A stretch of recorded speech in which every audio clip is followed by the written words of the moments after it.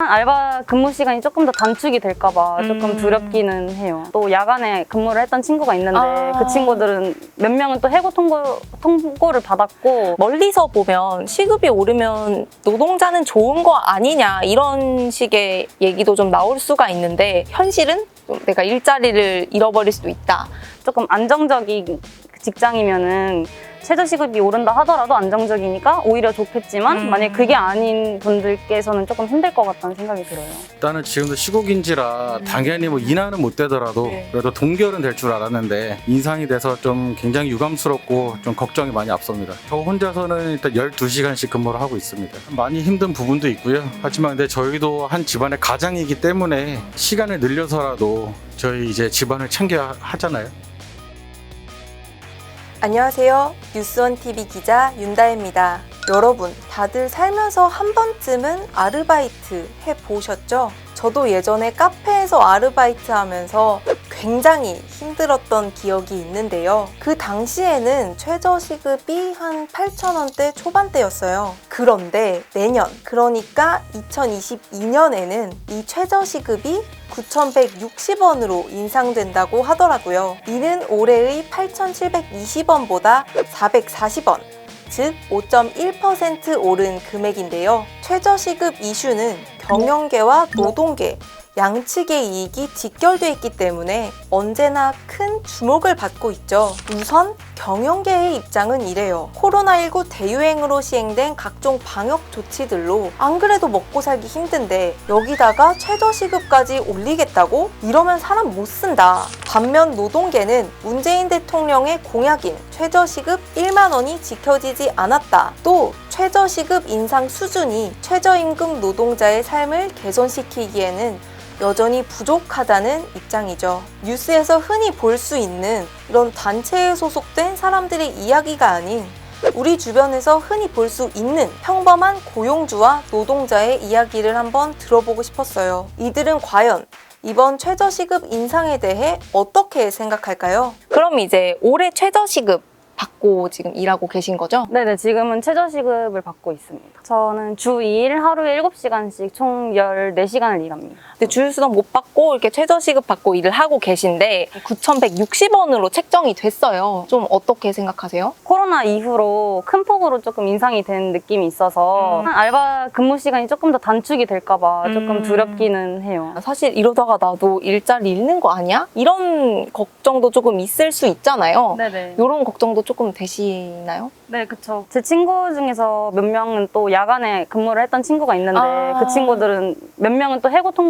통보를 받았고 이제 아니면 다른 시간대로 옮겼는데 자기 스케줄도 조정을 해야 되다 보니까 본인이 자진 퇴사를 하는 경우도 많아가지고, 그리고 인상을 하면은 본인들도 시간에 따라서 더 단축이 되니까 시간 단축을 해야 되니까 되게 안 좋게 생각하고 있는 것 같긴 해요. 멀리서 보면 시급이 오르면 노동자는 좋은 거 아니냐 이런 식의 얘기도 좀 나올 수가 있는데, 현실은 좀 내가 일자리를 잃어버릴 수도 있다.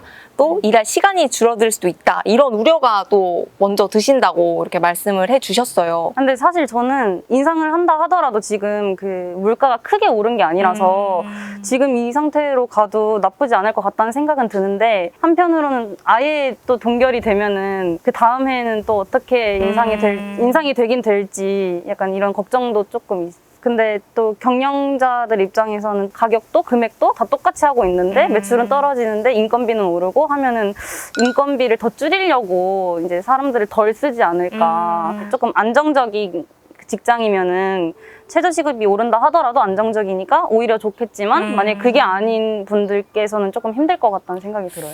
이번 인상안에 대해서 조금 어떻게 생각하세요?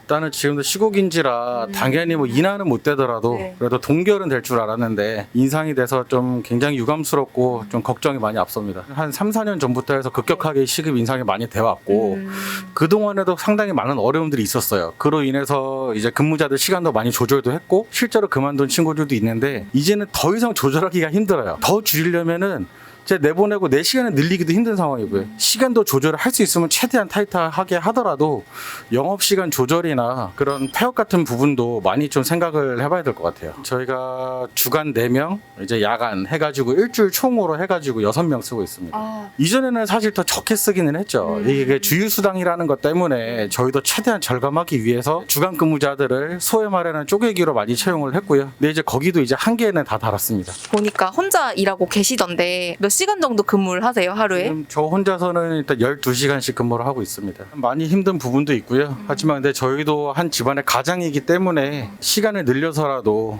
저희 이제 집안을 챙겨야 하잖아요. 더 줄일 생각이 혹시 있으실까요? 지금 이 6명이 숫자로 보면 굉장히 많아 보이지만 주간 근무자들은 쪼개기를 쓴다 그랬잖아요. 그래서 실질적인 근무 시간 자체들이 굉장히 짧아요. 그래서 이 사람들을 더 줄이기에는 사실 좀 힘든 부분이 있거든요, 지금. 좀 주변 점주분들이나 자영업자분들은 좀 어떤 반응을 보이고 계신가요? 일단은 뭐 최저임금 이런 인상된 거에 대해서 굉장히 많이 힘들어하고 어디 가든 뭐 불만이 없지는 않겠지만 지금 일단은 주휴수당이라는 것 때문에 쪼개기라는 그런 상황이 벌어져 있단 말이에요. 그러면 저희도 근무자를 그렇게 6명, 8명 쓰지 않고 2명, 3명 쓰면서 오히려 또 업무적인 효율도 더 낼 수 있다라고 봅니다. 내년이면 코로나19 대유행이 좀 종식이 되고 경제가 좋아질 거다, 이런 이유를 내놨어요. 글쎄요, 이게 코로나가 과연 종식이 될까요? 지금 또 확산세가 되고 있고 특히나 이제 그런 온라인 배달 플랫폼들이 많이 진출을 하면서 저희 같은 오프라인 소매점들 타격이 굉장히 많이 받고 있거든요. 그러니까 종식이 된다고 하더라도 그 대기업들이 진출한 상황에 저희 매출이 회복이 될 수 있을지는 저는 좀 의문이 갑니다. 정부에게 하고 싶은 말이 있다면? 일단은 여태까지 급격한 최저임금 인상으로 인해서 부가세 세액 공제 확대라든지 신용카드 수수료 이제 인하, 그다음에 이제 일자리 안정자금 이런 좀 대표적으로 제가 볼 때는 그런 큰 세 가지가 있었는데 그게 한시적 지원이다 보니까 이제 올해 다 끝나는 걸로 알고 있어요. 그런 부분들이 조금 더 연장이 되든지 또 다른 지원책이 나와야 저희도 어느 정도 돌파구가 있지 않을까. 사실 최저임금 관련 문제는 경영계와 노동계 양측 모두의 입장이 이해되는 측면이 크죠. 우리도 어떨 때는 사용자가 되고 또 어떨 때는 노동자가 되기도 하니까요. 더군다나 코로나19로 우리 국민 모두가 힘든 지금 우리 사회의 상생을 위해 더욱 노력해야 할 것 같습니다.